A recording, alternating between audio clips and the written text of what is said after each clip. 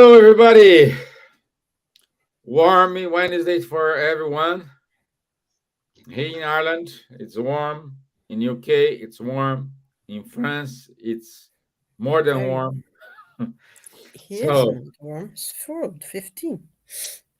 yeah, so good to have you all here with us today. It's a pleasure to be with my friends, Charles and Silvia. And today we will talk about moral perfection. And moral perfection, at least for me, is connected with finding the reason why, answer your questions, why you're here, what's the purpose, why do you have to be here. So all these questions is related with the moral perfection, because as more you are evolved, more answers you will get it. So good evening, Elsa, my dear. Camille Brilla, thank you for being here with us and our other friends. So, good evening, Silvia. Hello, good evening. I hope everyone is well today. And today we're going to talk about something very interesting, which is virtues. And it's something quite deep subject, really. It's really something to think about and to meditate ourselves is very important. So welcome everyone who's there with us today, and those who maybe be listening to us at a different time. Welcome everyone. Então, boa tarde a todos. Hoje nós vamos falar sobre as virtudes, que é um assunto bem importante para nós, para pensarmos a nossa individualidade e o nosso progresso espiritual, e é um assunto bem importante, e bem-vindo a todos que estão dividindo esse momento conosco. Thank you. Bonsoir, Charles. Bonsoir Stevan, bonsoir Silvia, bonjour, bonsoir à tous. Très heureux d'être de nouveau parmi vous ce soir. Merci pour votre fidélité. Aujourd'hui, on va essayer de vous parler de la perfection morale. Hein. C'est l'objectif vers lequel on peut se diriger. Hello, good evening, Steven. Good evening, Silvia. Good morning, good afternoon, good evening, everyone. Very happy to be here again with you today. We will talk a little bit about moral perfection, which is, let's say, the direction we should try to follow. Good, good. Thank you. Thank you. Let me show the video because our video today it's about 6 minutes, but the message is very good.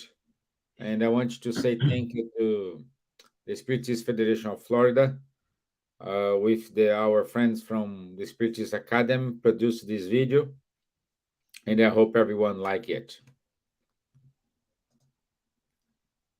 Let me share my screen.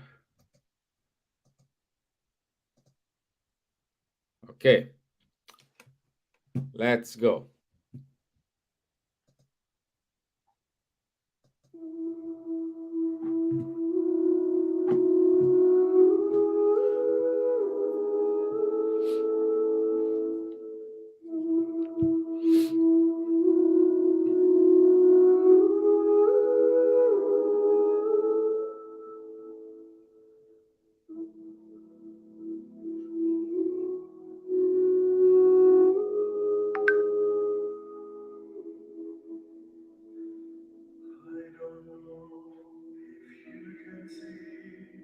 Changes that have come over in these last few days. I've been afraid that I might drift away.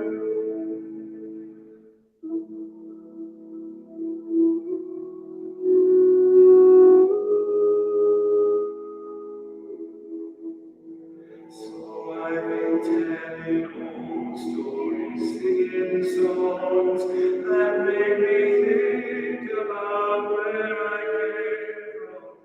That's the reason why I sing.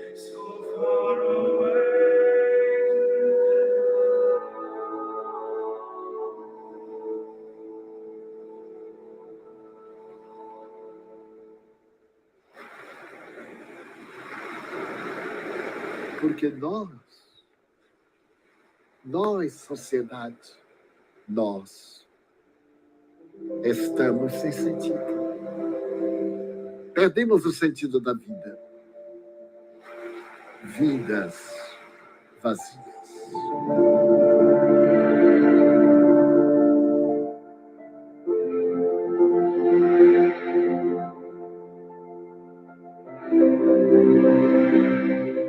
A maioria de nós expulsou Jesus do coração. Adotamos condutas materialistas como mecanismos de fuga por falta de coragem de enfrentar as vicissitudes modernas.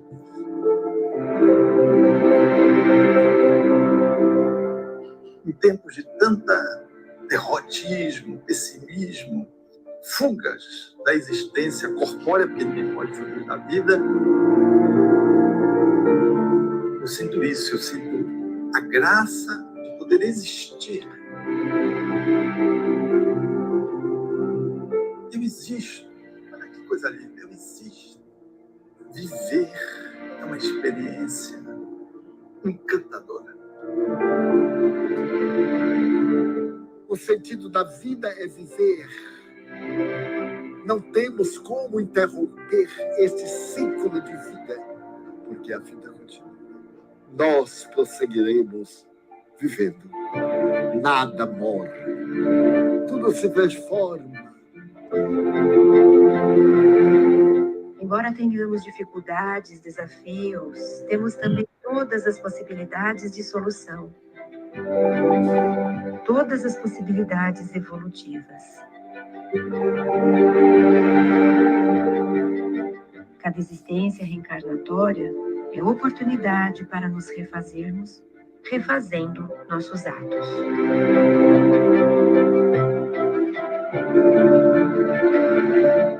Transformarmos as dívidas em dádivas. Imprimirmos sentido ao nosso tempo e garantirmos que cada escolha, cada passo, seja pleno, rumo a esse grande movimento de autoaperfeiçoamento. Eu, você, se sairmos do universo, fica faltando alguma coisa. Fica faltando. Se Deus nos criou, nós somos uma graça, nós somos uma experiência. Vou usar aqui uma força de expressão, somos milagres.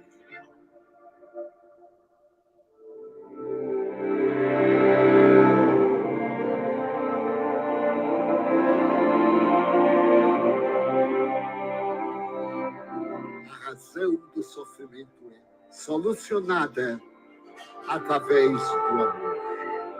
O amor dilui todo e qualquer sofrimento. É a luz que brilha em a noite terrível da solidão. Now I'm sitting here before the fire, the empty room, the forest quiet, the flames that couldn't get any higher. Well, they've withered now, they've gone. Convidamos você a pensar em Jesus. Agora, nesses dias tumultuosos, e encher o vazio existencial de trabalho em favor da vida que a todos nos honra.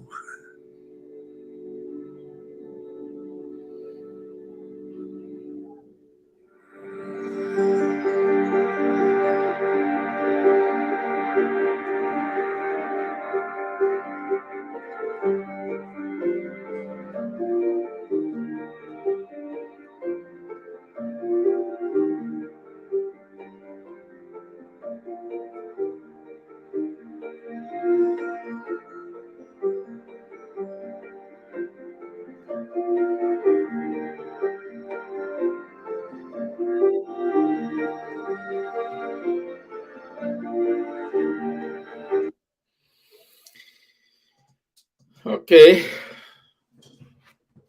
Hope you like the video. Even though it's in The audio is in Portuguese, but it's a good translation, and it's worth to share it with everyone. And Divaldo is Divaldo everywhere. You know. So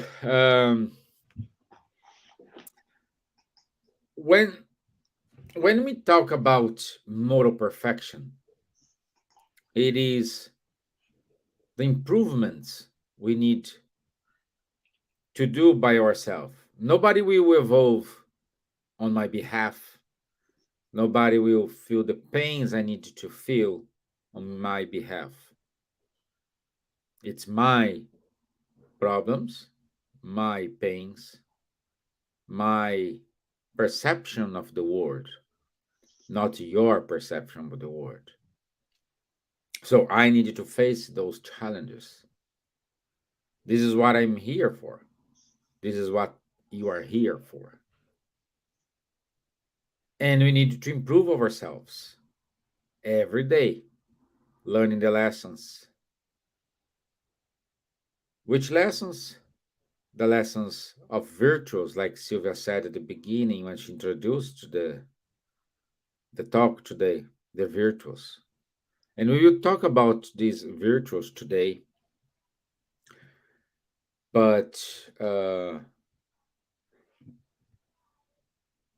I like to start this and ask for you, Charles. I said perfection. What does human perfection consist of?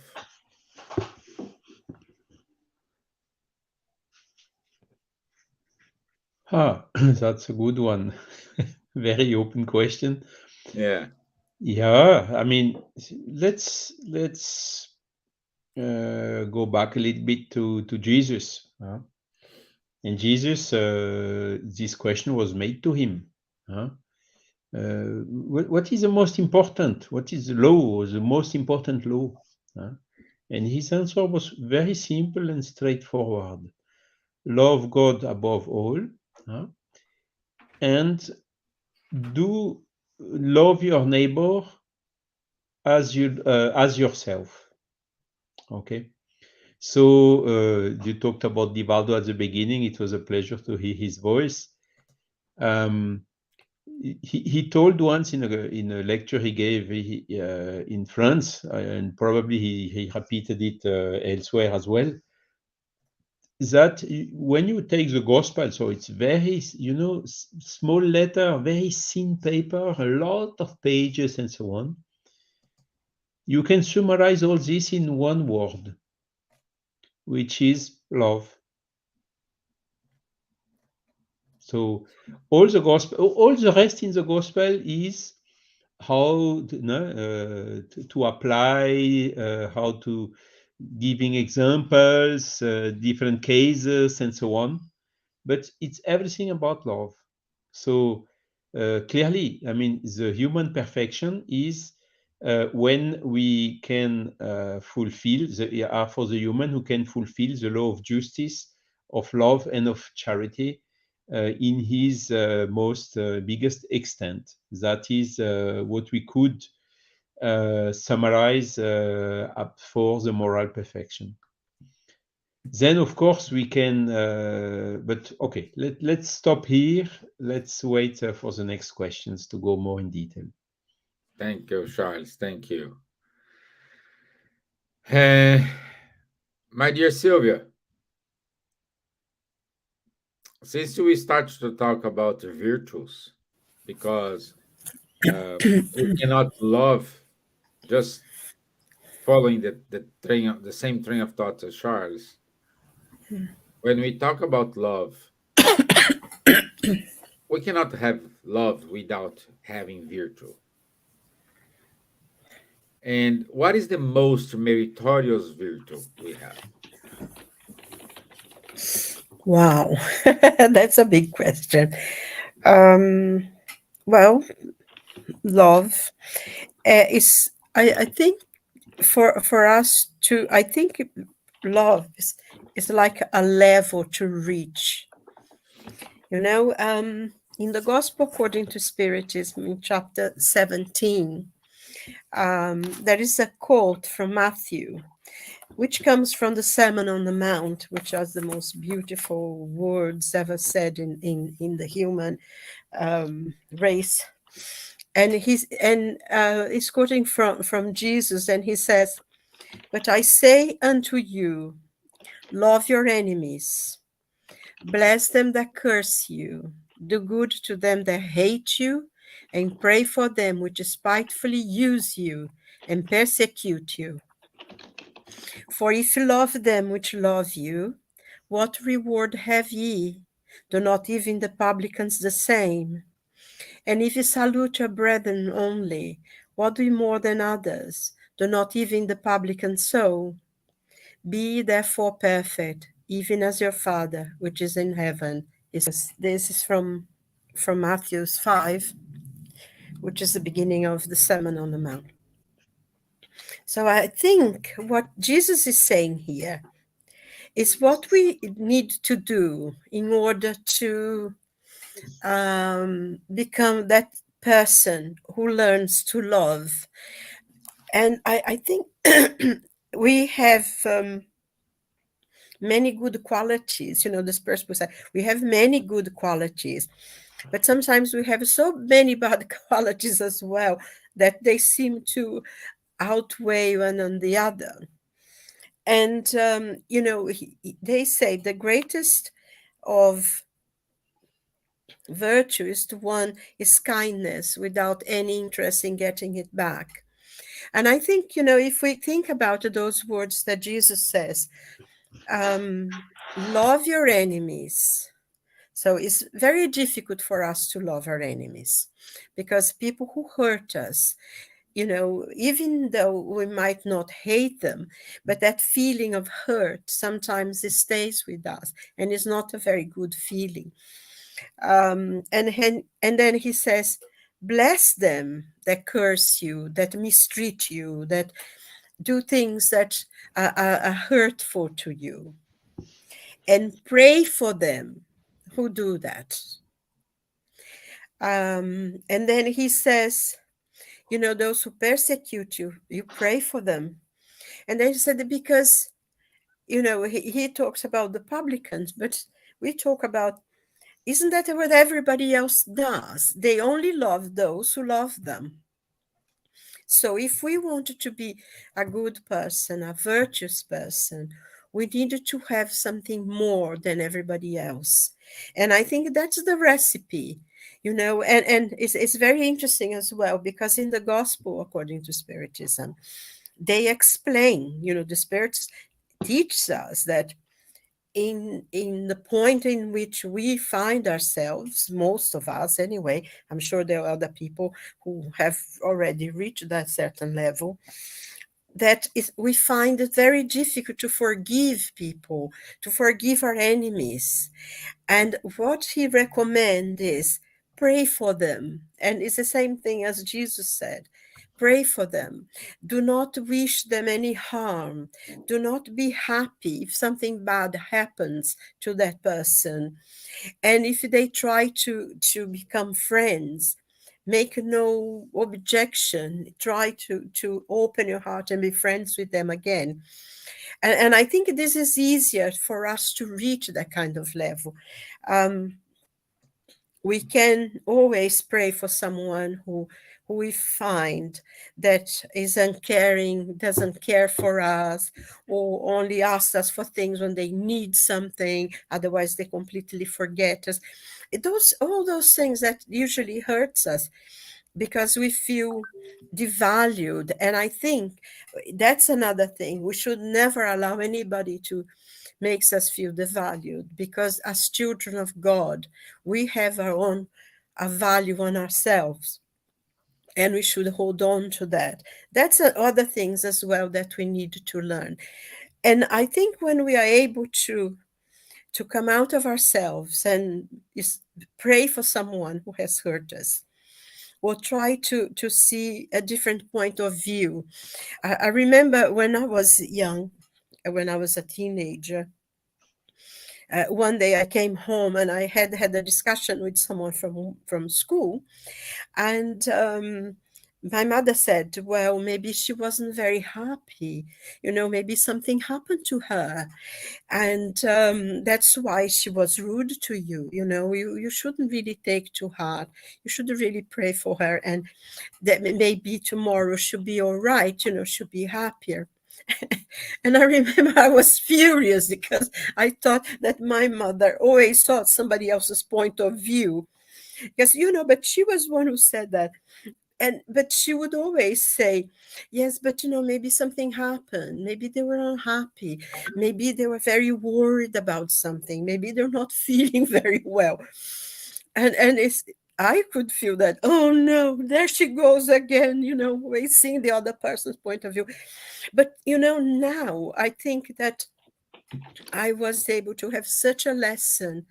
And it's exactly what the Spiritist doctrine teaches us, what we read here, moral perfection in the pray for the person. If you have some part of goodness, give it. If you are able to do something good to someone, do it. Don't expect anything in return. Maybe that person will never recognize all the good that you've done, but I think the good in itself makes us feel better. When we do something that good. I mean, silly things like you stand up in a train, in a tube, to give a seat to somebody else. It's a silly thing. But for that person who's sitting, maybe sometimes means a lot. Not for us, but you feel good that you've done some good action. When we are able to, say someone is being said something to you and you can, oh, it's all right, don't mind, they probably in one of those funny days, and please God help them, and I think when we do that, we are able to slowly is to learn, then we are learning to love. But it's those little steps, and never really expect anything in return, because do good for goodness sake, and that makes you feel better just doing it anyway. And if you only have return that's not so good, it's okay.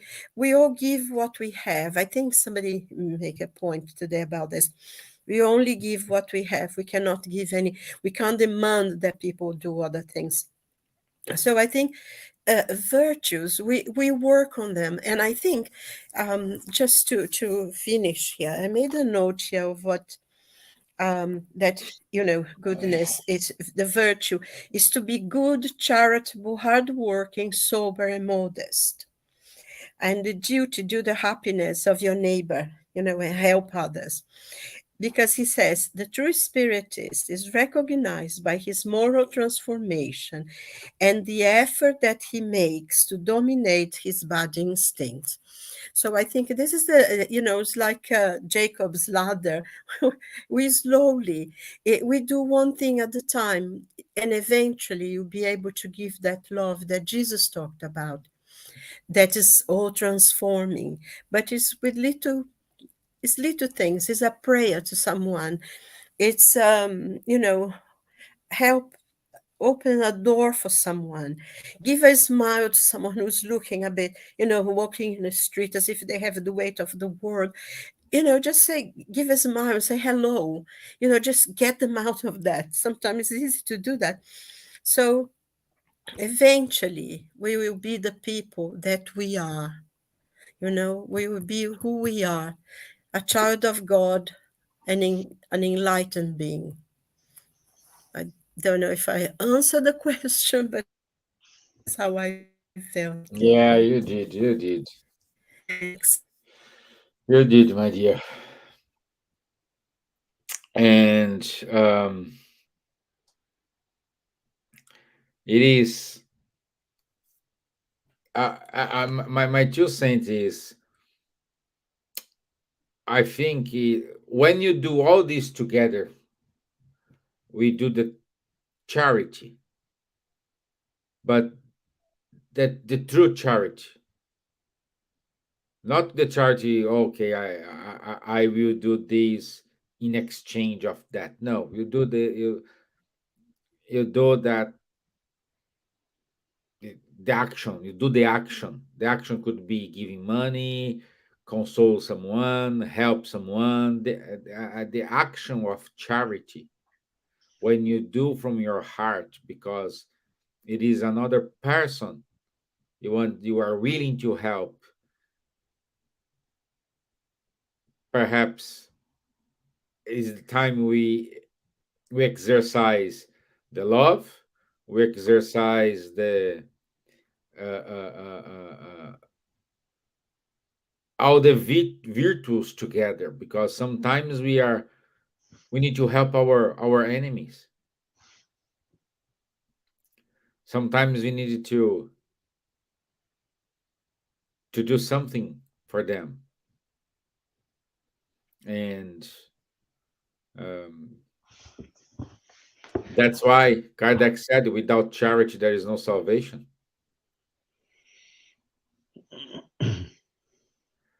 And let me see if I have any questions for anybody here. Oh, Camille said he loved the video. I love this video; gets me every time. Daniel Nogueira, good evening, Daniel. Thank you for being here. But I'd like to propose here a kind of open question for three of us. Instead of direct this question to someone else, I would say the open question, we can debate here. We talk about here learning, virtues, charity, love our enemies, love, well, we talk about this, but what is the relationship between responsibility, duty, freedom and commitment, and moral act? Ah, Simple like that. yeah, it's a good one. It's a good one. I would maybe when you told about your enemy, of course, the virtue is disinterested, so you do it without thinking. It's like a natural Yeah. behavior which comes directly from the heart. Okay, but at the beginning, you need to think a little bit. If you pray for your enemy and your enemy, thanks to your prayer, gets better, he may stop to be your enemy. So it's in your interest to pray for your enemy. That's the reasoning behind. But we should not reason. We should have it. Once we understood this, okay, so just let's do it. Love anyone, even the enemies. So to make the link with your question, this is we have the freedom, the free will. So we can choice select between good and evil. We can select to love our enemy or to hate him. This is our choice. So our freedom is lying into this free will that God has given to all the human beings. Of course, the freedom and the free will is developing more and more according to the evolution. A lot of people, for instance, with low evolution are not free. For instance, the one with an addiction to buy something or whatsoever, or the one who always wants to have the last material stuff, whatever, he is not free because he's depending on something that he cannot get free of. So the real freedom is really coming only with the evolution. But this free will is not for free, I would say so, because we are free to do whatever we want, but we are also responsible for what we have freely chosen. If we have freely chosen, we are responsible because we have chosen it. We cannot blame anyone or else. The responsibility is fully ours. So this is also a goodness to know that the responsibility, we cannot avoid escape from the consequences of our choices, and that the freedom goes with the responsibility. So this helps in developing our freedom, our free will towards the good. because even when we do something good, we are also responsible for having doing something good, and our conscience will make such that this is uh, answering us. So Kardec also was an educator, and he told that education is more than just instruction. Instruction is to learn to calculate, to learn languages, grammar, and so on. So this is instruction. But education is to give the good habits. Is the art of giving the good habits. And this is then also a fundamental part for developing the principal is the children. We are responsible for the education of the children who has been how to say put in our hands, and we should really educate them in this way, freedom, but also responsibility for what we have done, duties which are good habits that we acquire thanks to the education, and this at the end is we are when we are committed with, of course, we are more and more behaving in the goodness. So it's everything linked together. Hmm. Yeah, yeah.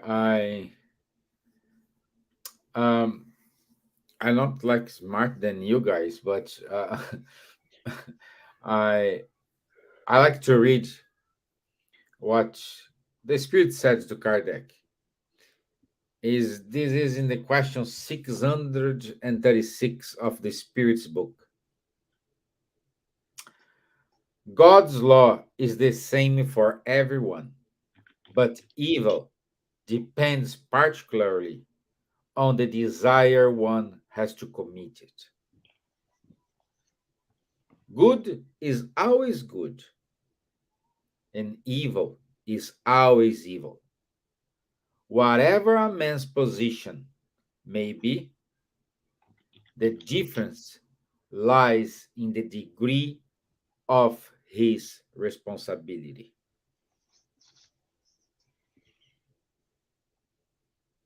So everything is on us. At the moment we do an act, we know what is right, what is wrong. We have this because the God's laws, it is in our conscience.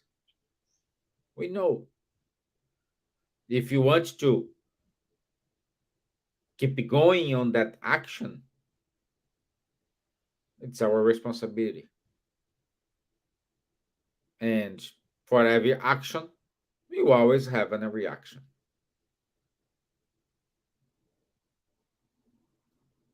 What do you think, my dear Silvia?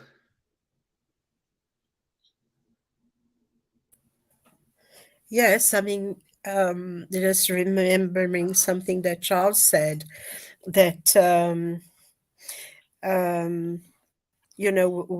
we are free to do whatever we want, but then we have to be able to bear the consequence of what we do. Nothing is forbidden, but the responsibility as well. And I think this is very, very important because, uh, in, as you said, God, the Spirit teaches us that God's laws is in our conscience. So, giving this, every single person is already born with the knowledge of good and evil. So, if we choose to do something wrong, it's a choice.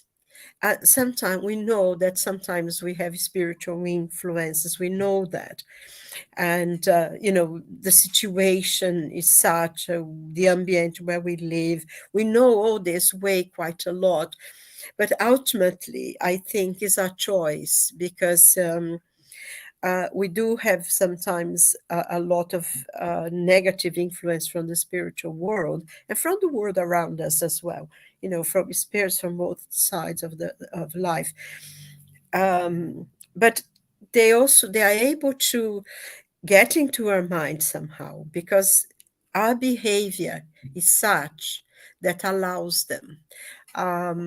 I'm reading, sort of rereading, studying one of Andre Louis' books.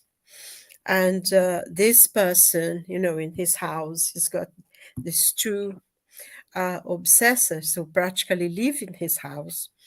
And they completely control him. They want to drink, so he goes and drinks. But he's like that. And it's interesting, it's such a really fantastic lesson to learn, because they are there.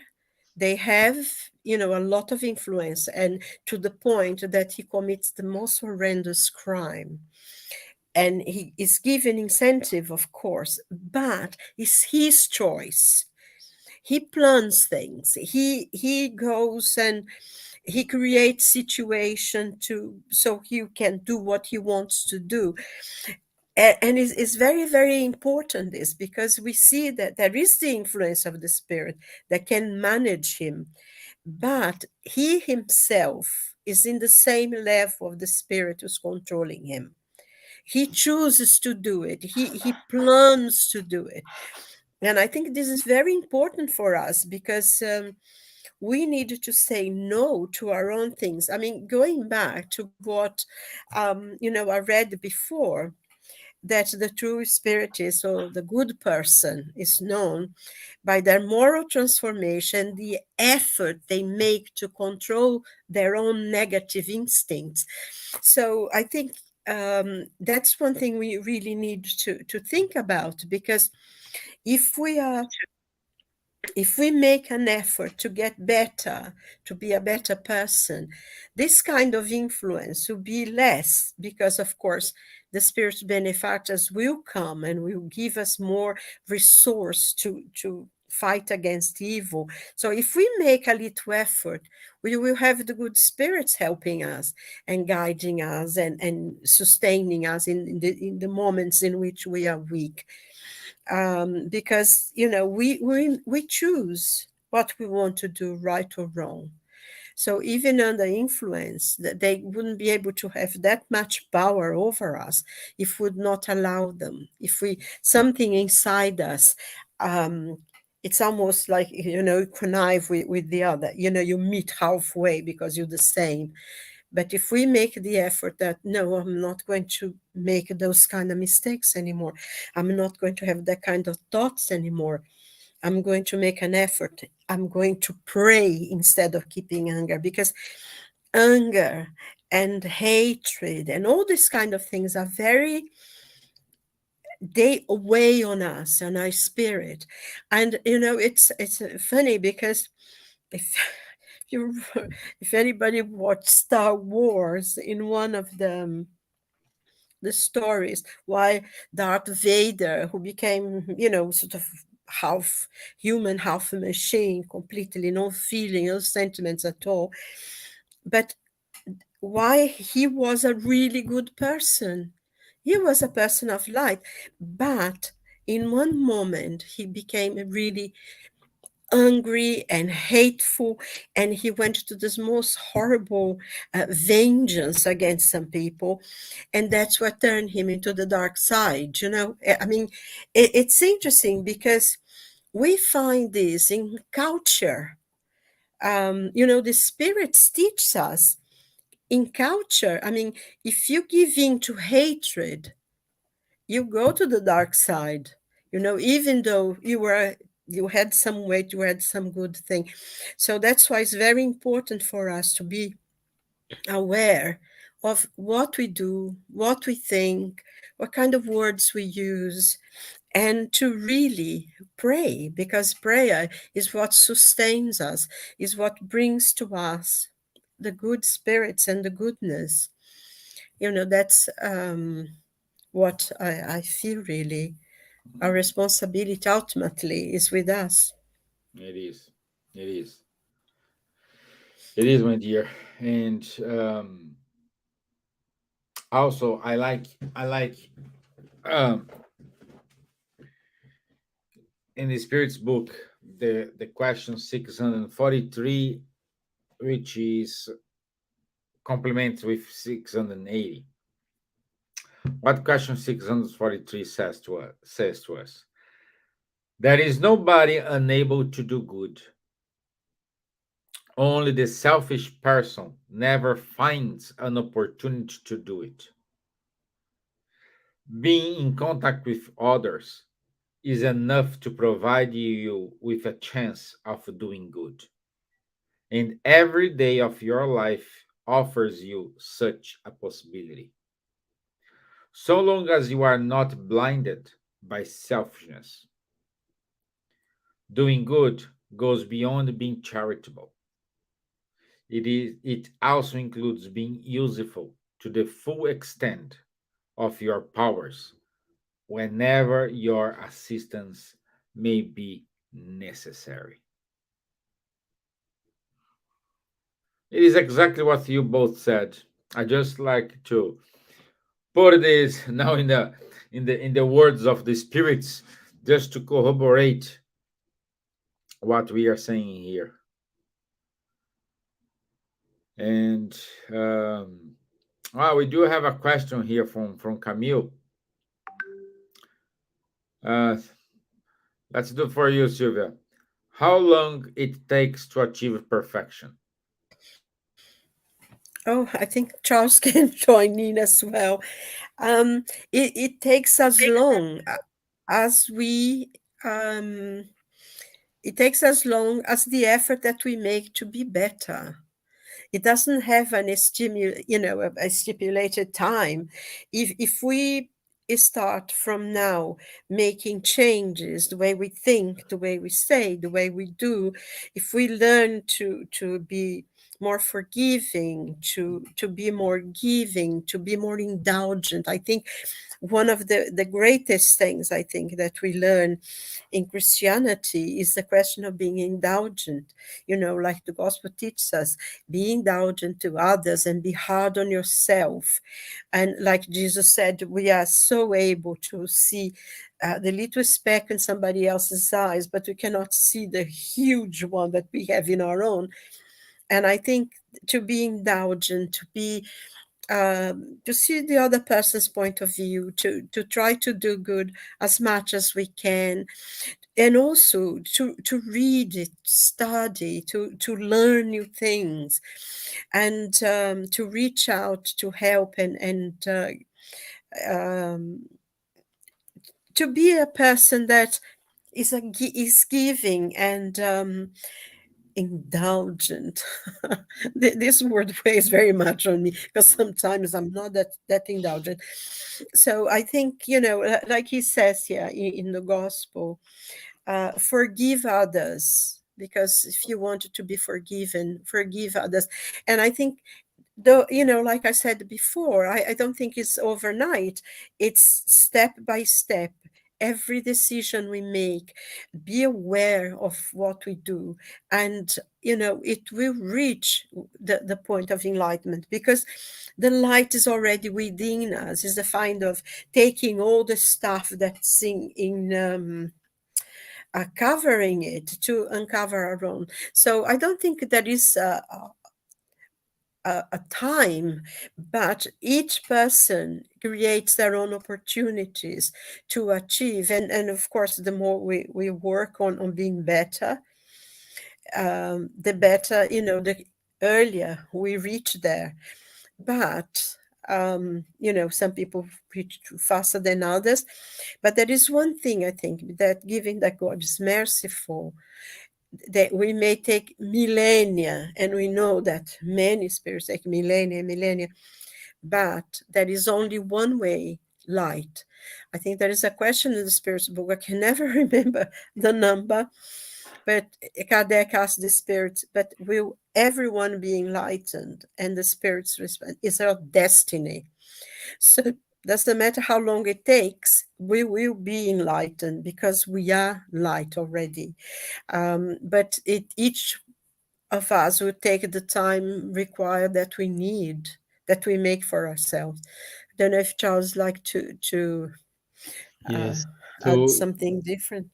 if we consider the fact that the absolute perfection is only God, we will never reach perfection. Or in other words, we need an infinite time to reach perfection. because absolute perfection, like when you do the mathematics, you draw a curve, you have the asymptote, and the curve is coming close to the asymptote, but it never touches it. But at a given point in time, only with the thickness of the line, you cannot see the difference anymore. I fully agree with the answer of Silvia. It depends on the efforts we are doing to reach that goal. If some are quicker, some are slower, so it's up to everyone. And interestingly, you thought about the indulgence, you thought about forgiveness, but just to recall, the huge consistency of the Spiritist body of knowledge. Kardec is saying, out of charity, no salvation. Okay, it's not out of Spiritism, no salvation. It's out of charity, no salvation. So the atheist which is doing charity will be saved, and the Spiritist who is doing nothing will not be saved, at least in this life. Only when he will reach that level. And what is the definition of the charity? It's a question 886. It's benevolence for everyone, even for the enemies, as we told already. Indulgence, as you just commented, Silvia, for the imperfection of our neighbors, because we also are not, we do not, the absolute perfection is only God, so we all have still some imperfection. So without indulgence, how can we live together? And forgiveness of the harm that the other may have caused us, because as we have imperfection, of course, sometimes we may harm someone, and we need to have this forgiveness. Otherwise, how can we again live together and build things together? So you see, everything is consistent, and we always reach, how to say, it's far away from just throwing a coin or doing something like this. And in order to illustrate also the goodness, we should also question a little bit what is the opposite of the goodness. What is the worst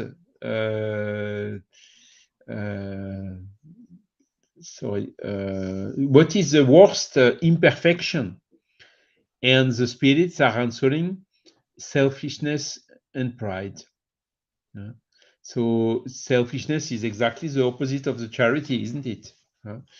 And there is a word, I was reading again this chapter 12 of the book 3rd of the Spirit's book about moral perfection, which is the subject of today. And I did not count, but it's one of the words which most come in the answers for the Spirit is disinterestedness. So disinterestedness does not mean you don't care. Disinterestedness means you do without awaiting any reward, anything back from what you have done. And this disinterestedness is something also very important. And what is exactly the consequence of the selfishness is the personal interest. Me first. Me, why me? Because pride and so on. So I do things that will benefit me first, while the charity is the opposite, is going with abnegation. You sacrifice your personal interest if it is for the sake or for the goodness of the global collective interest. So these are clearly the signs where that we can observe in ourselves, and that we can recognize how far we still are from this true charity, this true disinterestedness. Yeah, Charles. It is absolutely right. And our friend Marco Davis here, he mentioned Kant, the philosopher. And it's good. Thank you for mentioning him, Marco, because then we can go support what we are saying here not just in Kardec, but what the spirits has said, because Kant, he believed that the shared ability of humans to reason should be the basis of morality. So, freedom for him is the base of morality. And this ability takes the reason for the moral moral meaning for everyone. And also, he believed that all humans should have the right to common dignity and respect. In other words, is exactly what Charles said to us right now. It's freedom. So there is no right or wrong. It's simple. And I love when Charles says this: atheist who is charitable, who does things without any interest, he does this because he thinks is right. He's, let's say, he's saved. A spiritist who goes to the spirit center every day, do the gospel to home, do everything, but is not charitable. At least now one won't be saved. It is the freedom of think, the freedom of choose your own ways, the freedom of choose the battles you want to take. It's up to you. And Steven, there is also another subject linked to it, is autonomy and the heteronomy. Exactly. Yeah, but this is Kant. This is Kant. Kant is the basis for the autonomy. Yeah? Exactly. You do good for doing good. Huh? You don't do good to go to paradise or to avoid going to hell. Huh? Yeah. This is heteronomy is like this. Huh? You have, I don't know, le bâton et la carotte, as we tell in French. You have the stick and the carrot on the other side. Huh? The carrot to attract you to the path, and the stick if you don't do what they ask you to do.